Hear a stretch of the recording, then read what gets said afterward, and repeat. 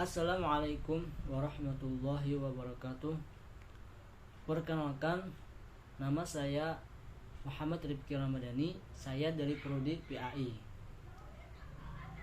Dalam video kali ini saya akan menjawab beberapa pertanyaan dari tugas UTS mata kuliah Filsafat Umum yang diberikan oleh dosen pengampu kami, yaitu Bapak Habib Anwar Al-Ansari MPD.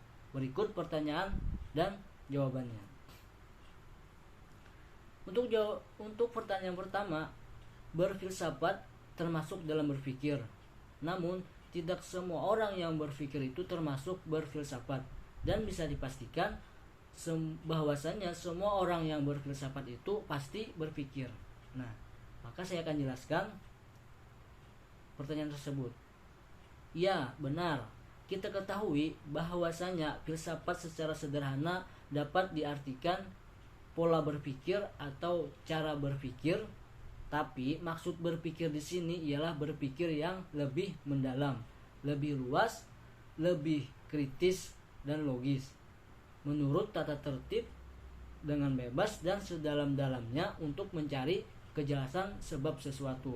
Nah, yang artinya berfilsafat itu tidak hanya terkait dengan objek-objek yang khusus, tetapi lebih bersifat umum, sangat umum, dan bersifat lebih spekulatif. Artinya suatu pencarian untuk aturan dan suatu hal yang menyeluruh yang diterapkan bukan hanya pada hal-hal tertentu atau pengalaman tertentu saja, tetapi untuk seluruh ilmu pengetahuan dan pengalaman. Nah, di antara orang yang berfilsafat itu ciri-cirinya ialah mereka bersifat menyeluruh pandangannya. Artinya tidak hanya memandang dari satu sisi, melainkan dari segala sisi. Nah, terus mendasar atau radikal pemikiran mereka, yakni mengkaji, menelaah sampai ke akar-akarnya. Terus mencari kejelasan permasalahan tersebut. Cara berpikir mereka pun secara rasional, artinya argumen-argumen mereka, pendapat-pendapat mereka itu dapat dipercaya dan masuk akal. Terus secara sistematis dan metodis, artinya saling berkaitan dan tahapan-tahapannya itu dapat dipercaya, yang artinya pemikirannya dalam usaha menemukan kebenaran dan menjabarkan pengetahuan yang diperoleh itu menggunakan metode-metode tertentu, langkah-langkah tertentu yang terangkai, yang tersusun rapi, teratur, dan terarah dengan kalimat-kalimat yang tepat lagi benar sehingga menjadi suatu keseluruhan yang terpadu. Nah, sedangkan orang yang hanya berpikir, orang yang berpikir itu belum tentu dikatakan berfilsafat. Kenapa? Karena orang yang mereka hanya sekedar berpikir, yakni mereka hanya memiliki pola fikir atau berpikir yang sederhana saja. Artinya mereka hanya sekedar menerima informasi dan percaya begitu saja secara dangkal, tidak dicerna lebih atau dipertanyakan lagi. Nah, jadi itulah mengapa orang yang berfilsafat itu pasti disebut berpikir, sedangkan orang yang berpikir itu belum tentu dikatakan berfilsafat. Nah, untuk pertanyaan selanjutnya, mendeskripsikan sejarah filsafat disertai dengan pemikiran, mengidentifikasi pemikirannya. Nah, lalu kita jelaskan, kita ketahui bahwasanya filsafat pada awalnya itu dikenal pada kisaran tahun 700-an sebelum Masehi di Yunani. Lalu dalam bahasa Yunani, filsafat disebut dengan filosofia, atau yang pada dasarnya terdiri dari dua kata, yaitu philos atau philia yang artinya cinta, persahabatan, dan sophos artinya hikmah dan kebijaksanaan, pengetahuan, keterampilan, pengalaman. Nah, jadi filosofia atau filsafat itu dapat diartikan cinta, kebijaksanaan. Lalu filsafat muncul ketika manusia merasa membutuhkan pengetahuan untuk memecahkan suatu permasalahan yang mereka temui. Nah, jadi pada periode filsafat Yunani, pada saat itu masyarakatnya atau manusianya telah terjadi perubahan pola pikir, yang mana pola pikir mereka dari metosentris, yang artinya pola pikir masyarakatnya itu yang sangat mengenal metos untuk menjelaskan suatu fenomena alam, misalnya terjadi gempa bumi atau adanya pelangi. Nah, lalu berubah menjadi logosentris, yakni setelah dikenalkan filsafat atau mengenal filsafat, berubahlah pemikiran mereka yang bahwasanya gempa bumi tersebut dahulunya dari aktivitas dewa, lalu berubah menjadi setelah kenal filsafat menjadi fenomena alam yang terjadi secara kausalitas, artinya karena ada prinsip sebab akibat.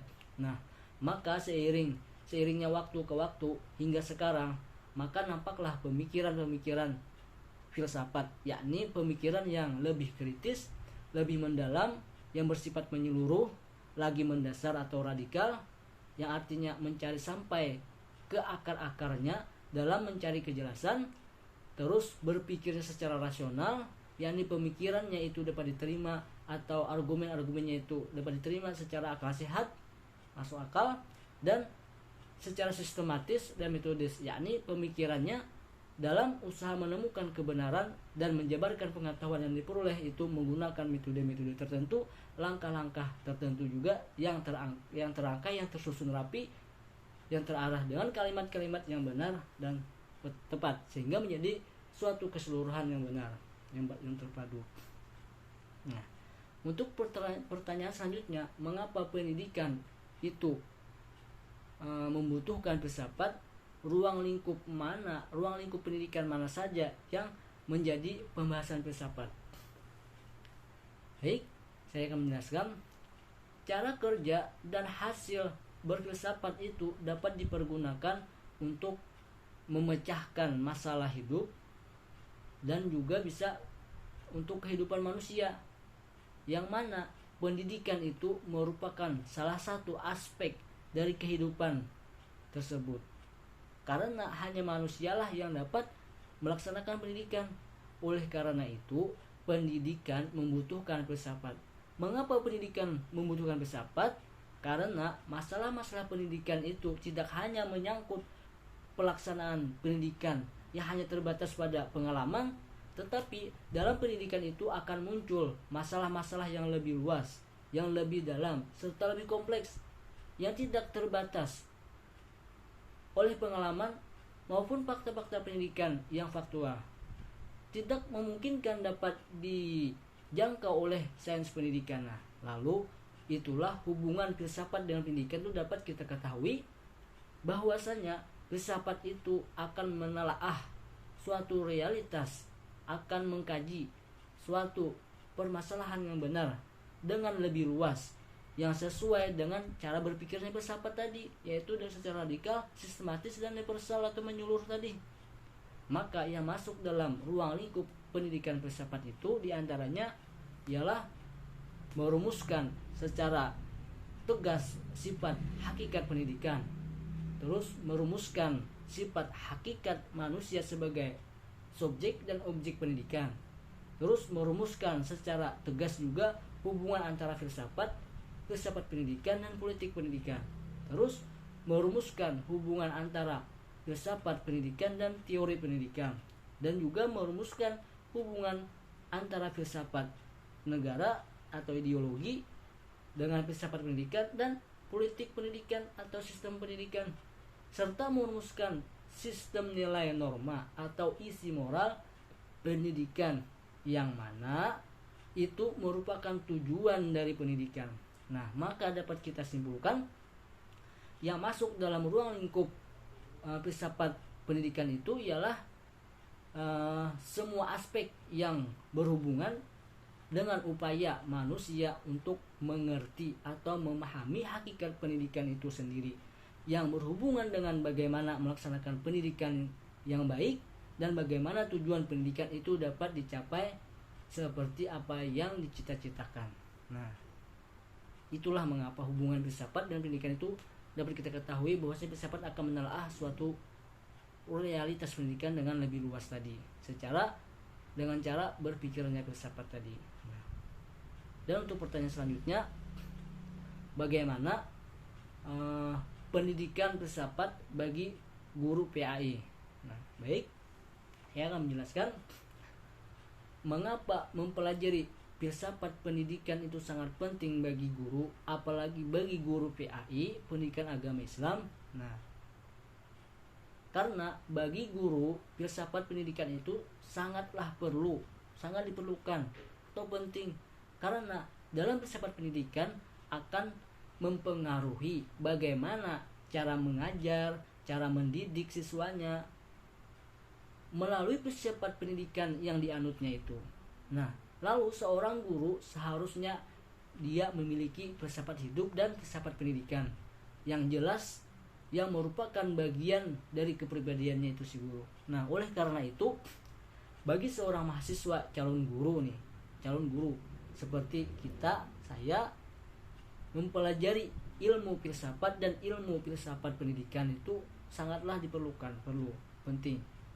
Bukan saja memperluas wawasannya mengenai pendidikan serta membantunya dalam memahami siswa dan mengembangkan gaya belajar yang tepat, tetapi juga akan dapat menyadarkannya mengenai makna dari berbagai aspek kehidupan manusia. Nah, dan yang lebih penting lagi bahwa sikap dan tindakannya yang mencerminkan filsafatnya tadi akan berpengaruh kepada siswanya itu.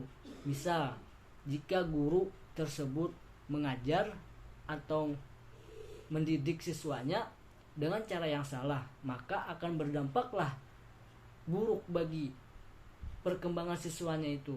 Sebaliknya, jika seorang guru itu mendidik atau mengajar siswanya dengan cara yang benar, dengan cara yang baik, maka akan berdampak pula baik bagi siswanya itu. Nah, itulah mengapa perlunya guru itu memahami filsafat pendidikan. Agar apa? Agar ia dapat mendidik dan mengajar siswanya dengan baik dan benar tadi. Apalagi bagi guru PAI pendidikan agama Islam, yang mana dalam suatu agama, mayoritas agama Islam itu mesti ditegakkan betul-betul. Nah, itulah mengapa seorang guru itu baik sebagai pribadinya maupun sebagai pelaksana pendidikan perlu mengetahui filsafat dan filsafat pendidikan. Karena tujuan pendidikan itu senantiasa berhubungan langsung dengan tujuan hidup dan kehidupan individu maupun bermasyarakat yang menjalankan pendidikan itu. Karena pendidikan tidak dapat dimengerti sepenuhnya tanpa mengetahui tujuan akhirnya. Nah, itulah mengapa bagi guru PAI atau bagi guru-guru lainnya juga penting filsafat pendidikan tersebut dipelajari. Nah, sampai di sini jawaban dari saya. Mohon dimaklumi karena itulah sudah apa yang ada pada diri saya. Mohon maaf jika banyak yang salah khilaf. Wabillahi taufiq wal hidayah. Wassalamualaikum warahmatullahi wabarakatuh.